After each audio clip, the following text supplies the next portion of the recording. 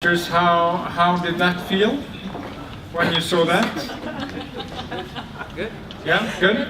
A lot of good people here. Yeah, even. All right. Who want to start? Is there anyone that wants to say something? Defend yourself or explain something? Any thoughts from the first from presentation? Do you have any questions to each other? No. No? You don't care? No, that's the self-centered roasters that we want in this business. Okay, any questions? Cool, Melanie, I'm ahead of the schedule. I made it. No, I don't have any questions. Don't worry. Yes. No. I just want to ask a question for Simo. We were talking a bit about it before, but I would have been interested to see your gas settings on the curves. Can you tell us a bit about Yes, what you did? I will share it with you. Thanks. But not too far from what Marit showed us earlier. Yeah. It was. I'm aiming to have a full control on the rate of rise. Yeah. So, when you have a kind of new coffee and you never know how it will react, how the energy will penetrate into the core of the bean. So you have to really You go down try. in gradual increments. Yes. So this is the trial. Yeah. So later on, if you want to do a normal production, then you save it as Mikael knows as a profile, and it goes automatically. So Yeah. yeah. So then you'll smooth that out. Yes, I would like to have 2 or 3 settings on the roaster, but it's you have to be really skilled in order to do that. Otherwise, so you have to really look at the rate of rise curve and have the settings you are looking at. I think that's the same as what we were doing too. We're going down quickly, but it was in just gradual increments. Yes. Yeah. Please start. Yeah. So, do I need? No. No. So we have become a homogeneous bunch of roasters. So just looking at the points, it's pretty much the same. Can you say that you have changed over the years that you have competed, or could you say that honestly that what you did for this cupping today was exactly how you would have done it at home, or was it just to please us, what you thought that we would like? Don't say anything. Mikael, I was very lucky to have Mikael as my coach last year in the World Championship. So I have shared a lot of thoughts regarding roasting profiles. So I was talking to different roasters earlier, and I said that we have 2 approaches on this one. The one was 930, giving us the same color development or roast degree, and the other one was 11 minutes, the same roast degree again. And we got two different characteristics. We thought that a roast profile that will represent a Nordic Roaster profile would be the 931. Unfortunately, we didn't. We got some undertones on the taste that we thought this would be punished on this competition. So we chose the 11 profile because generally it tastes good all the way, all the week. And it was the one that is closest to our philosophy in the company when it comes to Pacamara Maracatu. That's it. Jack, this is your first competition, right? Mm-hmm. Did you have any ideas of this is what this crowd will want? Yes, but I think I was attracted to this crowd because my ideas are similar. So I didn't adjust the roast to please this competition. I think it reflects also the output from Muttley and Jack's. What was a little bit strange was that I was roasting for cupping rather than roasting for brewing. So when I was evaluating the roasts, I was not thinking in the end this is something that people are going to drink and then they're going to evaluate and like, this is going to be cupped. And I want it to taste good at 10 minutes, I want it to taste good at 20 minutes, I want it to taste good even after it's been extracting for 30 minutes. And that was a little bit strange because that's not exactly what I would do at home. But now you work in dirty Stockholm as well. We all heard about the Swedish conditions, right? And it's machine guns and Robusta. So It seems to be a different scene here for sure. It seems like there's been a lot of really exciting stuff happening in Oslo in the last couple of years, but that maybe that happened in Stockholm 10 years ago. one that has been around and competing a lot is you, Alexander. Another lot the last 3 years. The last 3 years, that's a lot. I mean, the competition is. So, how would you describe? What have you learned from the competition? I mean, I don't know what I've learned, but it's a matter of adapting to a competition. So I learned how to compete and how to be with just a small amount of coffee, with which I don't have much experience. How can I quickly find out to make the best out of it? Have any of these experiences changed your way of the production roasts? No. No. Because when I'm roasting these coffees, it's nothing to do with production.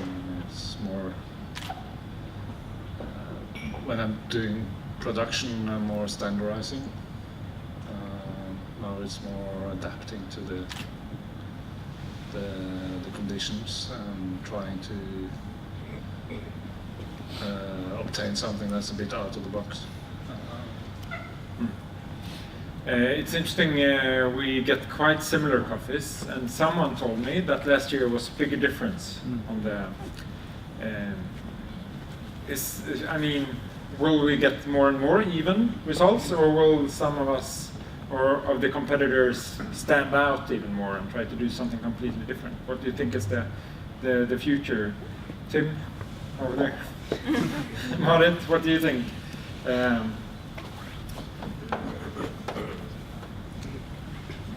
I think it's very interesting to see the difference, how we all have increased. This year is very good. It's a tough competition, which is good for the competition. So, yeah. Yeah. Any other questions? Yes? Going once? I'll go for one Yes. more. Like, Mr. Jurgensen, like, did you change your style a lot from last year to this year? Did you have a big learning curve? Yes, I changed a lot. There has been a big learning curve from last year. Yeah, I thought it was very transparent last year that I was lacking a bit skill in roasting, and I had to practice and improve. How was that experience for you to see the results and realize, shit? Well, the Colombian wasn't that bad last year. I came at 7th place. So, but the difficult one was quite lower than the other ones. I think it was like your style was a bit darker last year. I think. Yeah. But you said I used a changed lot more a bit heat the way you were. last year, of course. But is this a good thing that we're getting more similar? What do you think? I think it's improved. Like, I think the level generally is getting higher. Yeah. But when you as roasters, you said, we talked about it when you presented your profiles. What is this here, this jury here, looking for in your mind? What's the most important attribute in the coffee? Joseph? I mean, we want to approach it with flavor clarity. We want to display all flavors in the best possible structure in the cup, with the cleanest, most transparent approach, and with hopefully the best overall. I mean, it's a very utopian vision, but I think everyone here is kind of looking for something.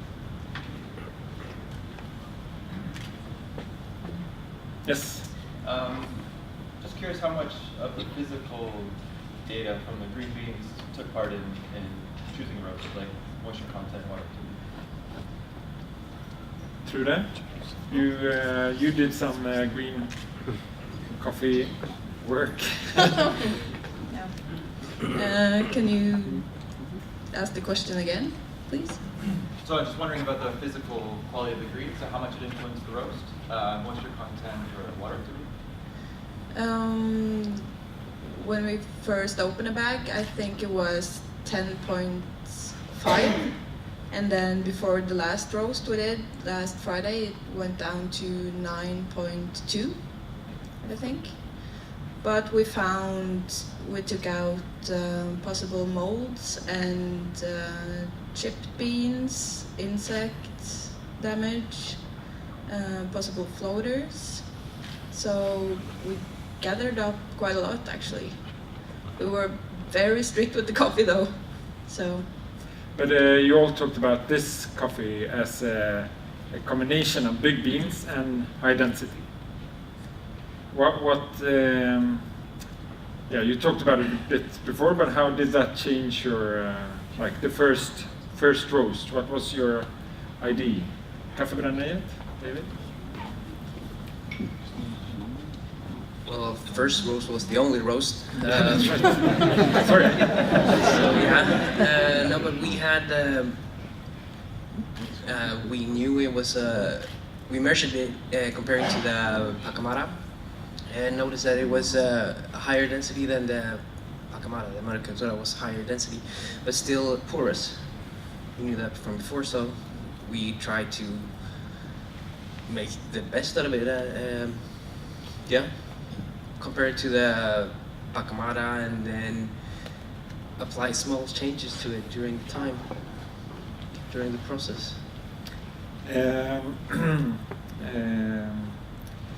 Sorry, just want to make sure everyone is Kjetil.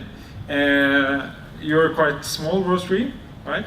Yes. We talked about yesterday. Chris talked about using all the equipment and all the information, and I mean this is something maybe you get as you grow.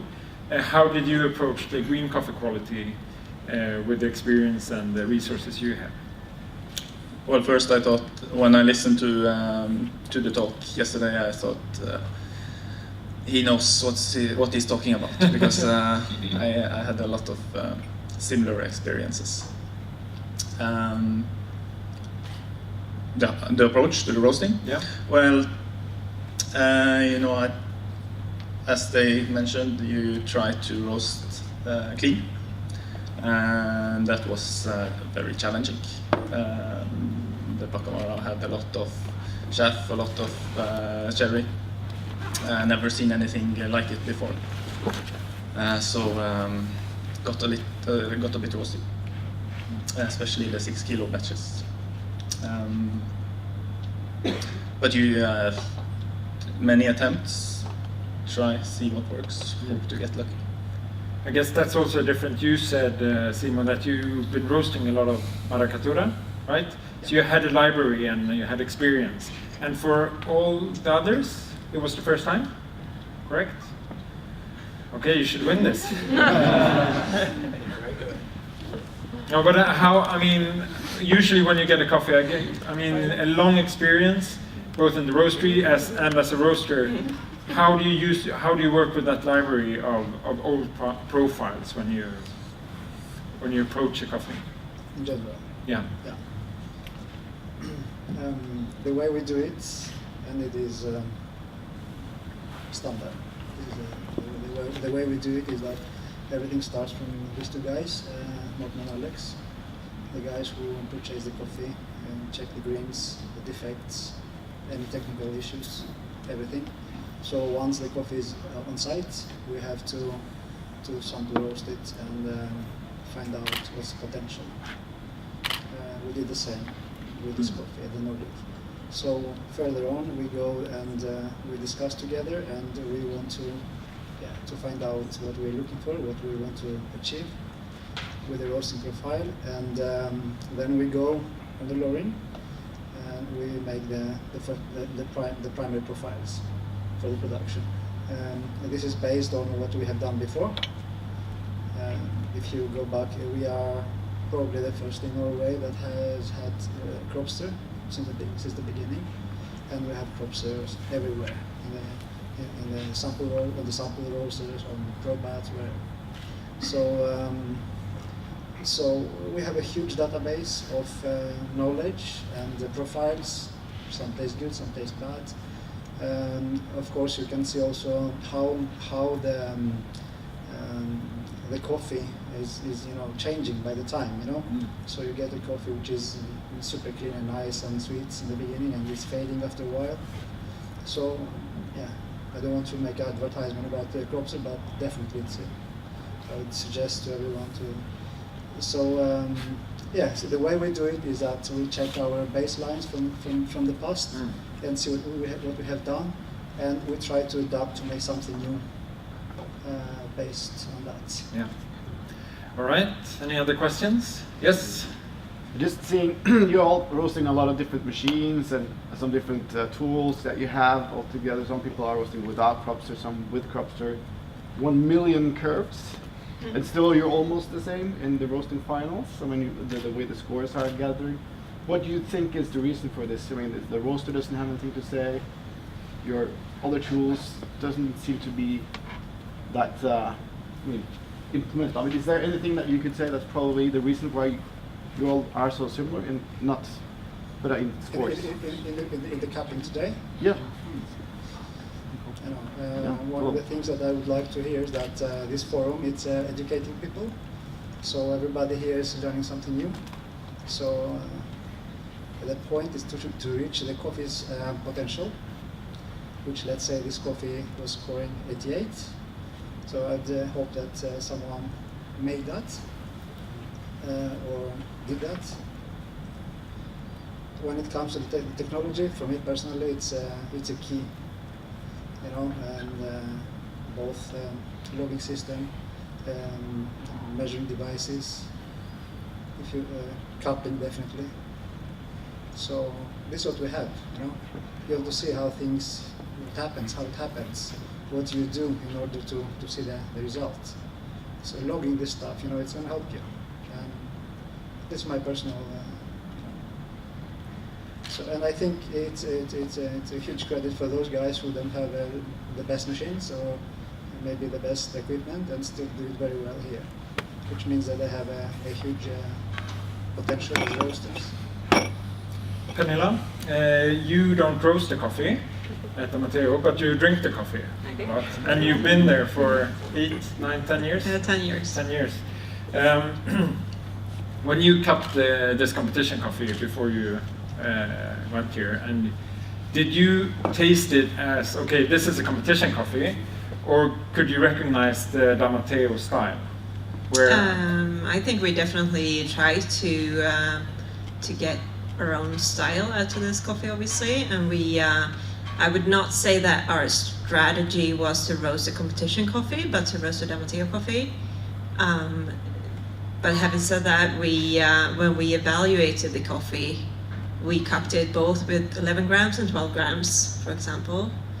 We do 12 grams at home, but I know you do a bit weaker here, so we thought, so we thought that was a good idea. So that was definitely a strategy, and also, like Jack was saying, that definitely cupping the coffee at different temperatures, more so than we would maybe do normally. Because most of the coffee, when people drink it, they drink it warm, or? Just because we knew that the evaluation here goes on for quite a bit. Yeah. And we just wanted to make sure that it holds up all the way through, basically. How would you say that, coming back to the same question again, how would you say that this type of competition, that you've been competing in a lot of other competitions, how have the competitions overall changed Da Matteo over the years? Or have you changed the competitions? No, I mean, this year Christopher has roasted the coffee for the first time this year, So, I mean, even though we've competed in this competition 5 times, there's a big difference because we have a different roaster this year. So it was his first time roasting a Maracatura, and so I think we can definitely learn a lot from that. I think changing us as a company, I don't know, I think any competition is really good for the progress that we want to do. When it comes to even though it's, you know, as a roaster behind the coffee, this is a competition, you know, the roastery is doing this competition more than, you know, a barista that we might have for a couple of years that do, you know, a latte art or